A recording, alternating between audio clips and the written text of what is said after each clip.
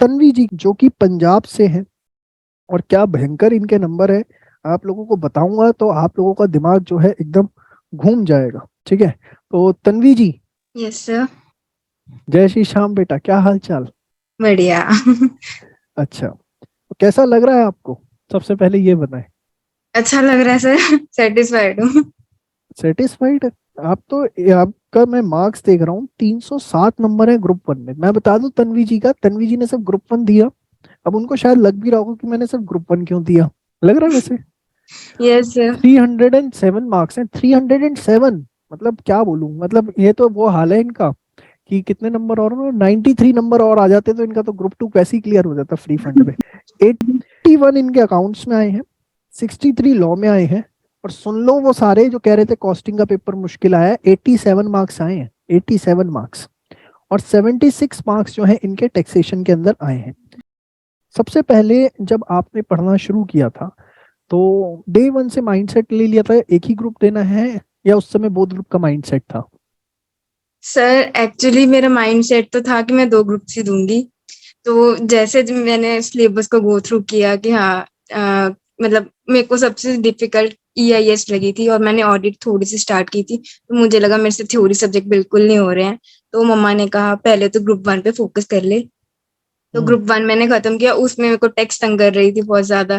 Tax में इतने सारे प्रोविज़न, पहले तो बुक्स देख के ही डर लग रहा था, इतनी 4-4 5-5 बुक्स है, इतनी मोटी-मोटी, तो होएगी ही नहीं।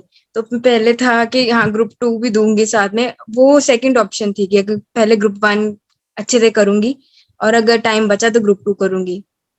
टाइम मेरे पास बचा भी, और फिर मैंने कहा, फिर मैंने कहीं से सुना था कि हम ऑडिट की मतलब ग्रुप 2 में कुछ सब्जेक्ट दे सकते हैं, तो मैंने कहा मैं कुछ की तैयारी कर लेती हूँ। तो मैंने उसमें ऑडिट की तैयारी की। तो फिर मुझे पता लगा उसके बाद जब मैंने तैयारी कर ली कि हमें 4 के 4 पेपर में अपीयर करना होगा, उसे क्लियर हम्म। करने के लिए। तो मैंने तैयारी तो बिल्कुल नहीं की थी 3 सब्जेक्ट्स की, और तो मैंने हम्म। इसे ड्रॉप कर दिया था। मैंने एग्ज़ाम फॉर्म 2 को ही भरा था, तब तक मुझे अच्छा। श्योरिटी थी कि मैं दे दूँगी, बट हम्म। नहीं दिया। बस ग्रुप 1 पे फोकस किया था मतलब मैंने। थोड़ा सा इनिशियल मिसमैनेजमेंट हो गया जिसकी वजह से एक ही ग्रुप आपने दिया। इसलिए सब मैं बर्डन ज़्यादा ले ही नहीं सकती हूँ, तो मुझे है कि कोई मैं दिक्कत जो नहीं, भी देखिए करूँ, कोई ऐसे अच्छे से दिक्कत नहीं है, करूँ। रिलैक्स होके करिए। 307 नंबर अपने आप में सब कुछ बोलते हैं, 400 में से आप 307 लाए, बहुत बड़ी चीज है। सबसे पहले कौन सा सब्जेक्ट बेटा आपने ग्रुप वन में शुरू किया था पढ़ना, मतलब पहली स्टार्टिंग का जो मंथ था, आपने एक सब्जेक्ट उठाए थे, दो उठाए थे, कैसे पढ़ाई अपनी करी थी आपने? सर मैंने चारों सब्जेक्ट्स इकट्ठे स्टार्ट किए थे, ओके। और मैं सुबह जल्दी उठती थी, तो सुबह एक सब्जेक्ट हो जाता था, एक कितने ब्रेकफास्ट बजे के उठते बाद थे होता आप, था। कितने बजे? सुबह सर मैं 5 बजे, 5 बजे। 5 5 बजे आप उठ जाते थे? बहुत, तो उठ यस के अपना पढ़ना कितने बजे तक फर्स्ट सब्जेक्ट पढ़ते थे? सर, 9 ओ क्लॉक तक। 5 से 9 फर्स्ट सब्जेक्ट, जनरली हुँ। कौन सा सब्जेक्ट होता था वो? सर मेरा टैक्सेशन ही होता था, क्योंकि सुबह-सुबह माइंड फ्रेश होता था, तो टैक्सेशन ही मैं करती थी ये ना पहले। सभी बच्चे को बहुत अच्छे से सुनिए, क्योंकि देखिए हम बताते हैं, वो बात अलग होती है, लेकिन ये बच्चे ना ऑलरेडी जिस हर्डल को आप फेस करने जा रहे हैं, बच्चे वो उस हर्डल को क्रॉस कर चुके हैं। तो जैसा इन्होंने बताया, एक बहुत ही अच्छा पॉइंट तन्वी जी ने, कि हम मॉर्निंग में 5 से 9 पढ़ते थे और वो सब्जेक्ट पढ़ते थे जिसमें हमें प्रेशर है, जैसे टैक्सेशन है, उनको थोड़ी दिक्कत होती थी। तो उन्होंने कहा यार सुबह उठना है 5 बजे, फ्रेश माइंड होता है, टैक्स के ऊपर अपनी एनर्जी लगानी। एकदम आप ऐसे ही पढ़ते थे? यस सर, सुबह टैक्सेशन, उसके बाद फिर ब्रेकफास्ट के बाद फिर अकाउंट्स करनी होती थी। उसको 3-4 घंटे अकाउंट्स में जाते थे। ब्रेकफास्ट के बाद कितने बजे तक पढ़ने बैठ जाते थे आप? सर जैसे हमारा नॉर्मली 10 ओ क्लॉक तक ब्रेकफास्ट हो जाता था, हम्म। तो फिर 12 ओ क्लॉक तक फिर मैं अकाउंट्स करती थी। 12 के ओके। बाद थोड़ा ब्रेक तो चाहिए था, हाफ एन आवर का ब्रेक लेके उसके बाद फिर से कंटिन्यू करती थी 2 ओ क्लॉक तक। 2 o'clock तक और उसमें आप फिर अकाउंट्स ही पढ़ते थे 2 बजे तक, यस या सर, कोई और अकाउंट ही? अकाउंट्स तो आपका अकाउंट्स। 2 बजे तक दो सब्जेक्ट हो जाते थे, 5 से 9 2 एक हो गया टैक्स, और एक है 10 से 2 जिसमें आपने आधी घंटे का ब्रेक लिया है, उसमें आपका अकाउंटिंग हो गया, ठीक है ना? अकाउंट। ओके। तो मैं अभी एक यहाँ पे थोड़ा सा रिलेटेड क्वेश्चन पूछता हूँ, उसके बाद 2 बजे के बाद का रूटीन जानता हूँ आपका। कि जैसे आप 5 से 9 पढ़ते थे, या 2 से तो इसमें क्या नॉन स्टॉप वीडियो लेक्चर्स ही देखते रहते थे, या कुछ टाइम वीडियो लेक्चर का, उसके बाद कुछ पीपी क्वेश्चंस का कुछ ऐसे करते थे, क्या करते थे? नहीं सर, पहले कॉन्सेप्ट समझना होता था, उसके लिए पहले वीडियो लेक्चर्स होते थे। हम्म। उसके बाद बुक रीडिंग, खुद सेल्फ स्टडी करनी होती है कि हम्म। क्या समझ आया है, उस पे पॉइंट्स मार्क कर लो बुक पे, हम्म। जो नहीं समझ आ रहा है उसकी दोबारा वीडियो देखो। तो हम्म। ऐसे ही होता था, और उसके बाद जब सारा कुछ हो जाता था, सारी वीडियोस देख ली हैं, सारे कॉन्सेप्ट्स मार्क कर लिए हैं, डिफिकल्टी पॉइंट सारी मार्क हो गए हैं, उसके बाद परफेक्ट प्रैक्टिस बुक उठाओ और वो करो सॉल्व। तो एक एक चैप्टर को पूरा पक्का करके फिर ही आगे बढ़ना है, नहीं तो फिर आगे नहीं जाना है। वेरी जितनी गुड, ये देर आपने बहुत अच्छा बोला, पक्का करके। ये ना लिख लो, आप लोग बच्चे ना गलती करते हैं जो इस समय इंटरव्यू देख रहे हैं। पक्का करके, ये वर्ड जो बोला है ना, ये बड़ा एकदम सॉलिड वर्ड है, पक्का करना। ये मैं बार बार बोलता हूँ तो मेरी बात शायद आपको कम समझ में आती है। आज बच्चे ने बोली है 307 नंबर आए, तो इनकी बात का भरोसा कर लो। 75% से ऊपर नंबर आए, 76%। और ये क्लास 12th के पेपर नहीं है, सीए इंटर में 76% लाना ना बहुत बड़ी बात होती है। बच्चों सुनो आप, तो मतलब चैप्टर पक्का करने का तन्वी जी ये मतलब था कि आप पहले वीडियो लेक्चर्स देखते थे, फिर पीपी बुक करते थे, यस सर। टेस्ट भी देते थे उसके बाद। सर एक्चुअली मैंने टेस्ट अब पहले नहीं दिए थे, मेरा ऐसे मोटिव था कि मैं पहले सिलेबस से गो थ्रू कर लूं, उसके बाद जब मैं रिवीजन लूंगी तो साथ में टेस्ट कवर हो जाएंगे, उससे अच्छी रिवीजन होती है कि टेस्ट भी ओके, देना है रिवीजन के बाद। तो मैंने टेस्ट बाद में दिए थे। टेस्ट आपने बाद में दिए थे, लेकिन दिए थे आपने टेस्ट। दिए थे सर, देने तो होते हैं। और मॉक टेस्ट पेपर भी दिए थे एंड में। यस सर, मॉक टेस्ट भी सारे दिए। ओके, सारे दिए थे, अरे वाह। तो 2 बजे तक आपका जैसे यहाँ पर 2 सब्जेक्ट निपट गया, उसके बाद आप क्या करते थे? सर उसके बाद मेरा उसका टाइम होता था कॉस्टिंग का। हम्म। तो दो कॉस्टिंग का बजे से ही टाइम। शुरू या कुछ ब्रेक ले लेते थे? नहीं नहीं सर, लंच भी करना होता था। हाँ, 3 बजे से मैं स्टार्ट कर देती थी। 3 बजे से 6 बजे कॉस्टिंग तक शुरू। फिर, हाँ जी, 6 बजे तक मेरी कॉस्टिंग होती थी। Okay, that's nice. और और 6 बजे के बाद? और फिर सर लॉ रह जाती थी, लॉ को रात को ही टाइम देती थी मैं कि लॉ को बस। कितने से कितने बजे तक? सर जैसे 6 से 7 फिर से मेरा ब्रेक होता था, हम्म 7 to 8, 8 to 9 फिर लॉ करने के बाद फिर डिनर होता था। हम्म। उसके बाद 2 आवर्स और देती थी, फिर सो जाती थी। मतलब 10-11 बजे तक, आप रात 11 बजे तक पढ़ाई करते थे? हाँ जी सर, मेरा 11 to 5 मेरा सोने का टाइम होता था, बस 6 घंटे की नींद बहुत होती है। देखो, 24 आवर्स का एग्जैक्ट शेड्यूल आपको बता दिया। एक सबसे बड़ी चीज आपको पता है इनकी खूबसूरती तन्वी जी की, सुबह 5 बजे उठना। क्योंकि जो बच्चे ना बिस्तर से ही सो के 8 बजे निकलते हैं, वो वैसे ही अपनी 3-4 घंटे खत्म कर देते हैं, उसमें इन्होंने टेक्स्ट निपटा दिया, सबसे बड़ी चीज।